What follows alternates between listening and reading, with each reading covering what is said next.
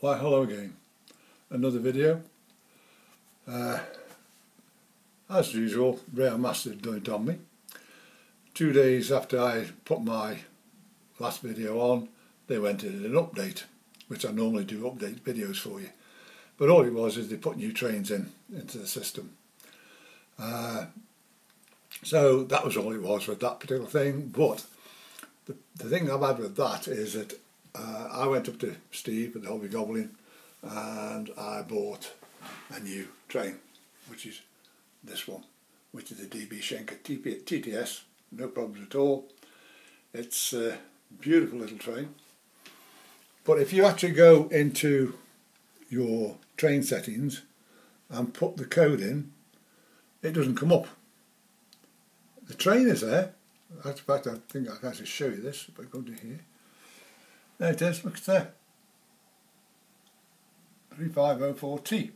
You code it up and it doesn't come up at all. So you've basically got to manually put everything into the settings and everything else. So you have your manual that comes with it. So it's just a matter of putting them on. Some of mine I do change because I use voice on most of that stuff. But the train itself is actually beautiful. So what I actually do is I will start it up. Now the thing is with this particular one is a bit different than some of the others. If you put the cold on and then put the sound on, it goes from cold, the sound runs up, and then you just turn it on. This one you've actually got to do this way around. Turn the cold on, turn that on, and then you have to turn the cold off again.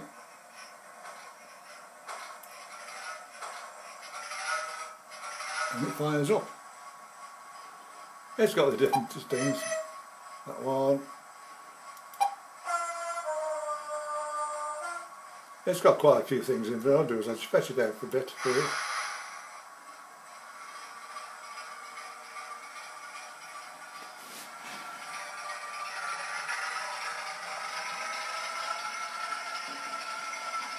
What I'll do is just stop it there. The thing is with this particular one, because it's TTS, your acceleration deceleration can't go below 15 else you lose the sounds. So what you need to do is it's a bit awkward, you have to work out the control of one of these things. Compared with the other trains, it's a bit of a problem. So just bring it back, just so far, that'll do.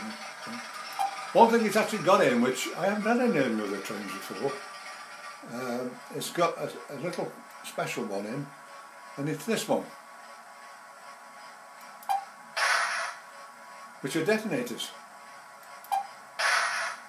which comes in very handy when my little grandson decides he wants to get near this train. I can actually press that and frighten him off, which is quite good. Now,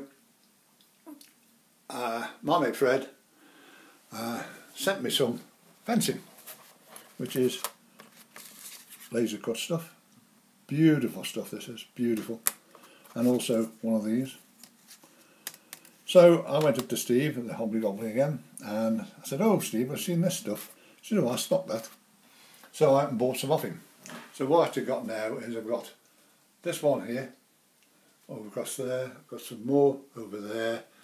I've done this fencing down here, all down here as well. And the smaller stuff I've put down here. It also goes all the way along the front edge and also across the back edge across there as well. There's some up just below where I am at the moment. So that's a new thing I've actually done. I've been busy doing that as well. Now also as I've had this one. This is from Hatton's. It's a Dapple 121. It's got all the lights in. The only thing is it's a special from Hatton's because it's actually a Reaver livery on this one. Similar to my Reaver one here, which this one's a Batman train, of course. It's got sound, and this one hasn't. So what I should do is I should put these on for starters, put the lights on, put all the lot on.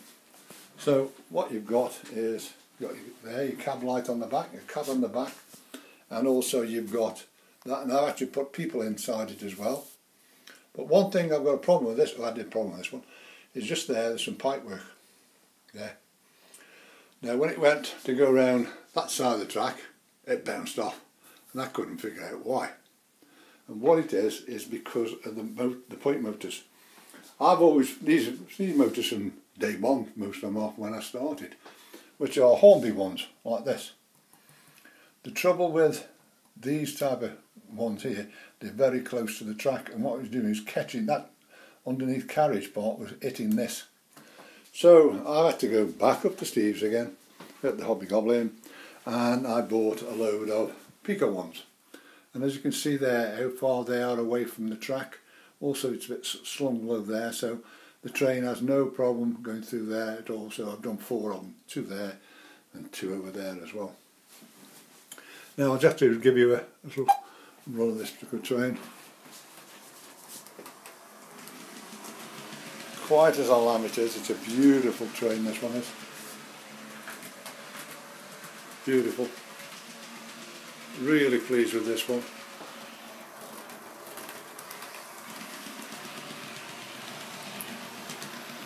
So what I'll have to do is actually just stop it around here.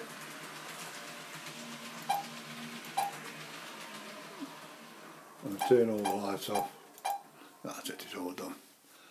Now, anybody who's part of the Batman Club, they will notice this one. This one is a Wendoff. The detail on this is absolutely beautiful. It's a beautiful train to run.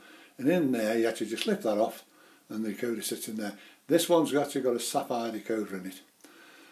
The reason it's got that in because you can do fuel simulation on it. And how can you do that if you've got one of these? If you've got one of these, go to page 48 and it shows you how to set it all up.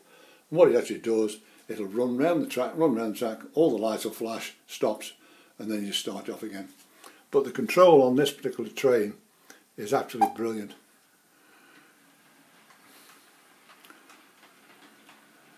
I'll bring it back again.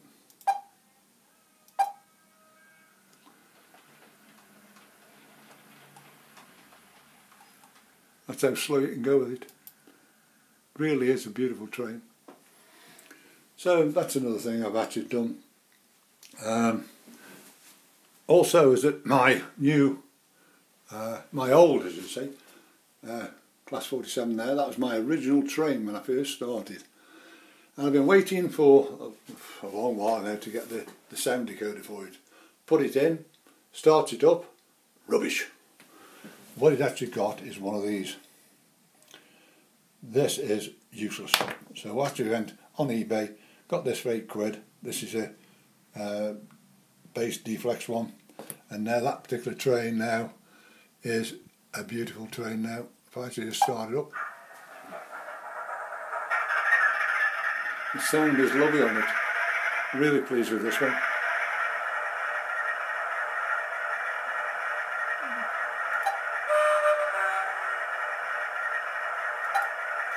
Turn it off again. So that's another one that I've done. Now, one thing with using this thing, if I don't want to turn this on because it's firing it all up everything, I can just turn this on. The trouble is I don't know the number of my trains. But if you actually go into here and go to your loco settings, your locos, bring the list out, at the bottom there's a little thing that says print. And when you print, this is what you get.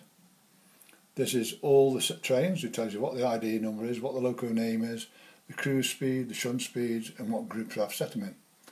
And it's a lot easier. I can actually just not turn this on at all if need be, and just want to work a train just to make sure everything's running so it works perfectly. So this is it for now. I will be doing a video in about a week to a fortnight. Train Tech, I'm having a ground signal, dwarf signal coming off them. I sent up for it, but it's still in production at the moment. It'll be about a fortnight before it gets here.